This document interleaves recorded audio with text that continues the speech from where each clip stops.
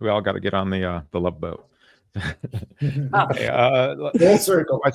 There we go. Just when I forgot that jingle, it's back in my head. It's back in your head again. That's what we got to do. That every show, we got to come up with like a sticky jingle, and then like. Yeah, I'm just hearing that for tomorrow in my head. By the way, I just want to add one thing to what I just said. Right. Yeah. That also doesn't replace holding people accountable. That doesn't replace the fact that you hold yourself accountable, right? That doesn't replace the fact that you only work with the people that you like. We talked about open and being mindful of different opinion and different thought process, whatever. I mean, love doesn't stand a chance without accountability. Right. So we all have to hold ourselves accountable and others accountable.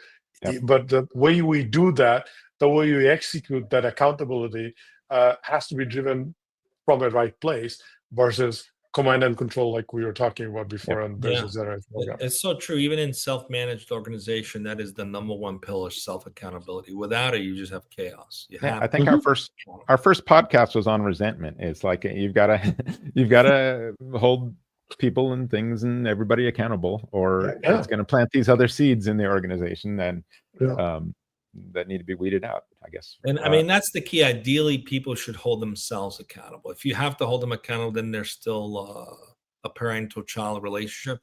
I mean, it's to be an adult. Everybody should be an adult and hold themselves accountable. Look, this is where philosophy and ethics comes in. Exactly. Accountability is a discipline, but it's also driven by ethics and philosophy, right? So, I mean, if you want to treat other people differently than yourself, that's not so ethical, right? So, I mean, goes deeper, right? And so the definition of love and how you practice that in the context of workplace and in the context of what we're talking about is actually very deep, and it has many layers and nuances, and that also drives a leader one way versus another.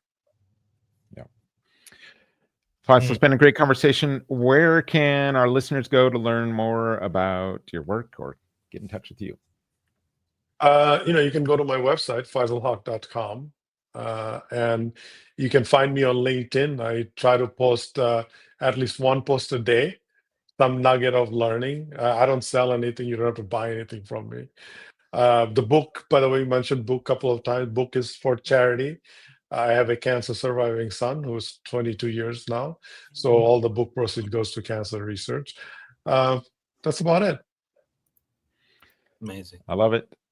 Thank you so much today. Thank you to our listeners for tuning in and asking great questions.